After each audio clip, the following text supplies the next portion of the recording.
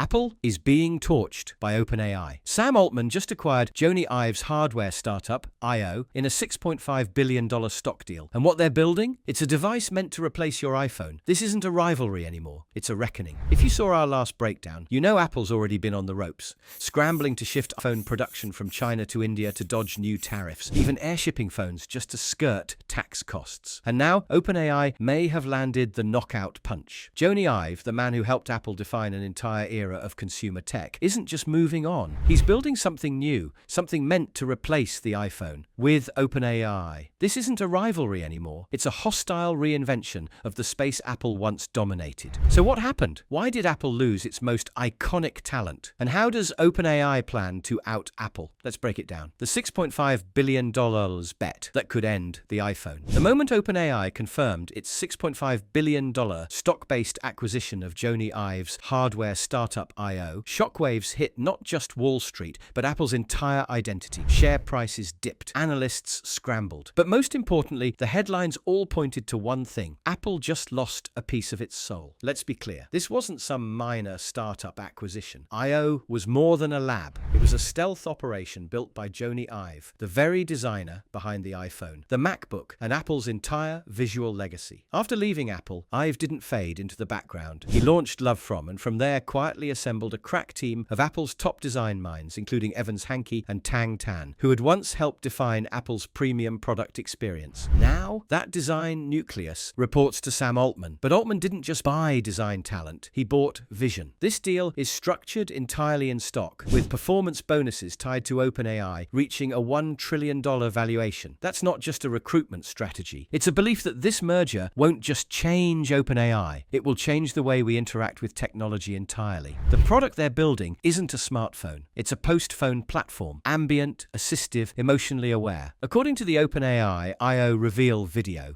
Evans Hankey and Tang Tan, who are the most extraordinary engineers. They have built a team of remarkable subject matter experts that range from hardware and software engineering, physicists, researchers, product manufacturing expert. Formed with the mission of figuring out how to create a family of devices that would let people use AI to create all sorts of wonderful things. The first one we've been working on, I think, has just completely captured our imagination. You know, Jony called one day and said, "This is the best work our team has ever done." Yeah. I mean, Jony did the iPhone. Jony did the MacBook Pro. I mean, these are like the defining ways people use technology. It's hard to beat those things. Those are really wonderful. And remember, this is the guy who made the iPhone. Early reports suggest the device will break away from the need for screens, taps, or keyboards. It won't compete with your phone. It'll make the phone feel like a relic. And that's where Apple should be most concerned. Because this isn't a flashy gadget grab. It's a philosophical assault on Apple's very model. See, Apple built its empire by owning every layer, from silicon to software to sales. It created a walled garden. But what happens when the very architect of that garden starts tearing down the walls from the outside? The answer might be I.O. Not as a gadget, but as a presence. One that redefines how we think about interaction. This is Altman and Ive betting on emotional resonance, on ambient computing, and on the idea that the future of AI isn't inside your phone. It is your device. So when Apple investors shuddered, it wasn't just because of the $6.5 billion number. It was because they saw what that number represented. A future where Apple might not just have competition, it might have irrelevance. Apple's AI, chaos is bleeding. Talent and trust. This OpenAI I.O. deal doesn't just sting, it cuts straight to Apple's deepest weakness, AI. The Siri debacle isn't recent, it's systemic. Siri wasn't born at Apple. It was bought in 2010, pushed to market in 2011, and by the time Steve Jobs passed away that same year, its momentum started decaying. Scott Forstall, Jobs' closest software ally, was eventually ousted after Apple Maps failed. His successor, Bill Stasior, brought a search-heavy vision from Amazon, one that never quite fit Siri's potential. By the mid-2010s, Siri was already lagging behind Google Assistant and Alexa. Apple responded by poaching John Giannandrea, Google's head of AI, in 2018. But rather than fixing the ship, Giannandrea's arrival exposed deeper fractures. His team clashed with Craig Federighi's software org. Tensions grew so bad that engineers reportedly mocked the AI division with the nickname Aimless. According to a damning report by The Information, Apple's WWDC WWDC 2024 AI demos weren't just overpromised, they were outright fiction. Internal engineers were blindsided. The demos weren't running on real hardware. Nothing worked as shown. These weren't bugs, they were theater. And that breaks Apple's golden rule: don't promise what isn't real. In a brand built on trust, integrity, and functional polish, showing fake demos isn't just a PR misstep, it's existential risk. Let's talk about OpenAI's I.O. device. No specs, no flashy keynote, just a purpose, and an emotional one at that. But maybe that's the point. Because this isn't meant to be a new phone, it's meant to end our dependency on one. What Sam Altman and Jony Ive are building is something more ambient than screen-based tools, something contextually aware, emotionally resonant, and designed to feel alive in your space. Think about how we currently interact with AI. We open a browser, launch a chatbot, type a prompt, wait, and maybe, just maybe, we get what we need. Altman called that outdated. He told Jony Ive they could do better, a lot better. In OpenAI's own words from their joint video, Jony recently gave me one of the prototypes of the device for the first time to take home, and I've been able to live with it. And I think it is the coolest piece of technology that the world will have ever seen. The products that we're using to deliver and connect us to unimaginable technology, they're decades old. Yeah. And so it's just common sense to at least think, surely there's something beyond these legacy products. that's not hyperbole. That's the foundation for a movement. Jony Ive described the I.O. project as the best work his team has ever done. And considering this is the same man who designed the iPhone, MacBook, and Apple Watch, that's a monumental claim. It's not just about form or function. It's about emotional connection. The I.O. device isn't designed to be used, and it's designed to understand. Reports say the prototype Altman took home changed the way he lives. Not because it replaced his phone, but because it replaced the idea of needing one. It's not a pin, a screen, or a headset. It's a presence. Something that's just there, context-aware, always on, always learning. You don't summon it. It anticipates you. This design-first approach is no accident. With Jony Ive leading Love From, and now overseeing all of OpenAI's industrial design efforts, the entire ChatGPT ecosystem could begin to feel more human, more elegant, more Apple than Apple. And this isn't just some art house project. It's a deliberate strike against platform monopolies. By building hardware outside the App Store, iOS, or Android ecosystems, OpenAI sidesteps the walls that companies like Apple and Google have fortified for decades. No ORS cuts, no developer lock-in, no Siri bottlenecks, just direct distribution. Deirdre Boza from CNBC put it bluntly. OpenAI already owns about 23% of the firm, so they're going to be putting in another roughly $5 billion. It is a massive price tag and a massive deal. In startup land, OpenAI itself, if you think about the valuation, it's about $300 billion in terms of the price tag. This company, I.O., Jony Ive's company, does not have any devices on the market yet, we should mention. Very early stage startup. It is a signal, though, that OpenAI is right now leaning into devices. They're willing to pay billions to officially have Jony Ive to do it. It is a trend we're hearing in Silicon Valley. Tech giants are really looking to see kind of what the hardware side of this whole AI era is going to look like.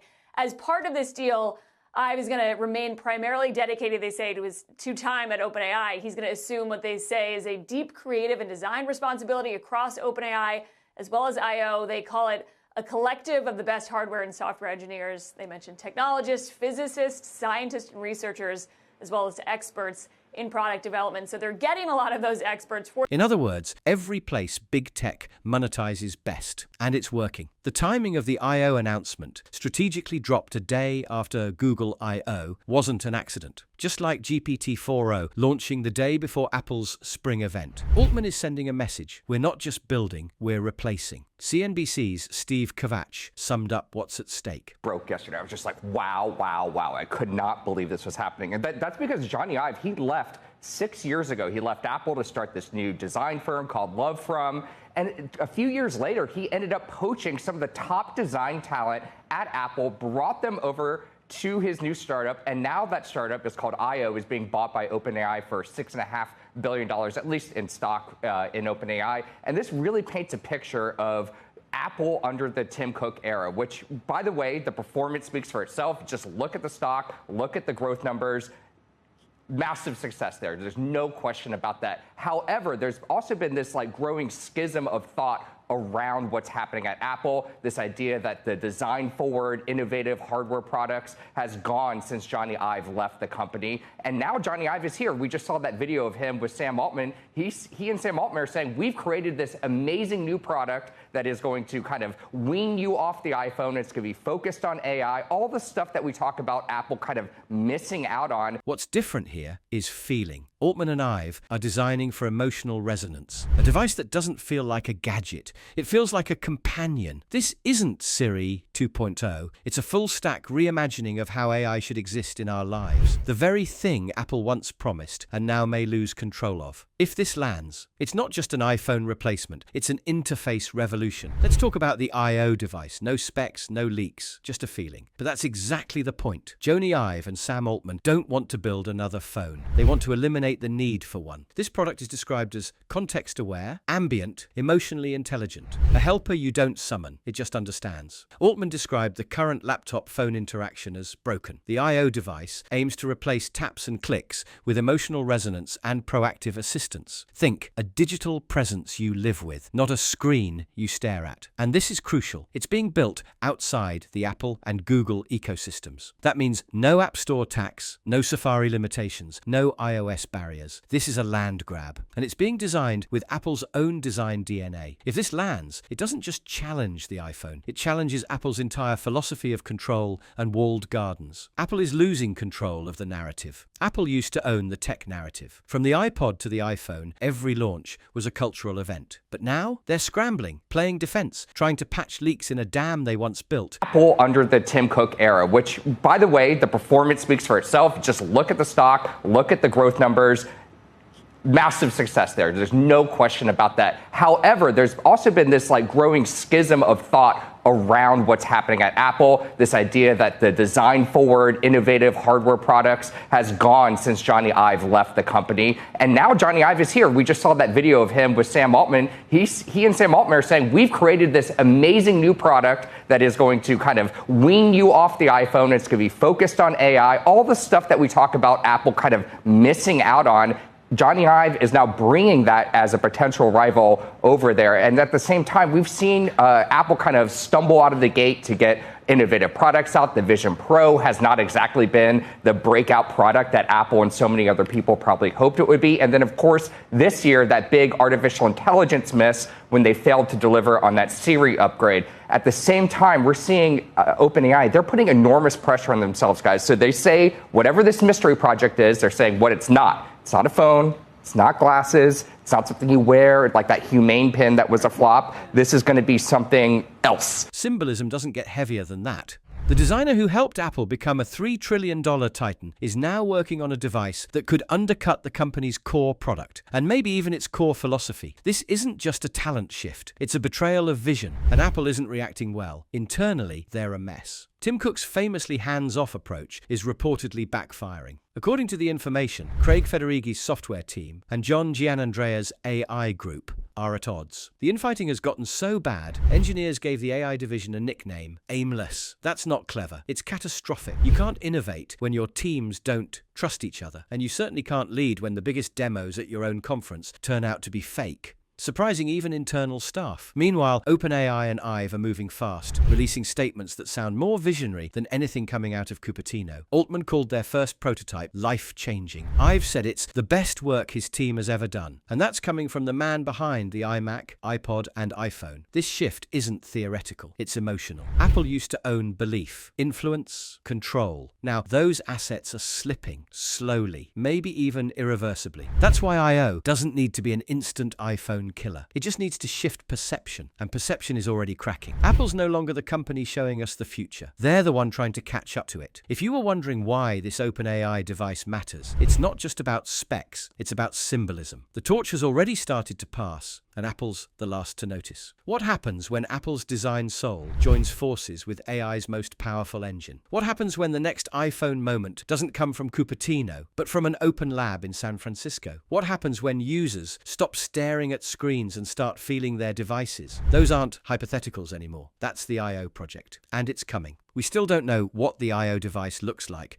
but we know the ambition. Altman calls it the coolest tech the world has ever seen. Ive says it's the best work he's ever done. And it's not a gadget, it's a platform, a distribution layer that bypasses all the old systems. If OpenAI nails this, they won't just disrupt the iPhone, they'll rewrite the rules of interface itself. Apple's empire was built on the iPhone. OpenAI just hired the architect, and now he's designing something meant to make phones feel outdated, invisible, passive, powerless. The battle isn't about products anymore, it's about philosophy.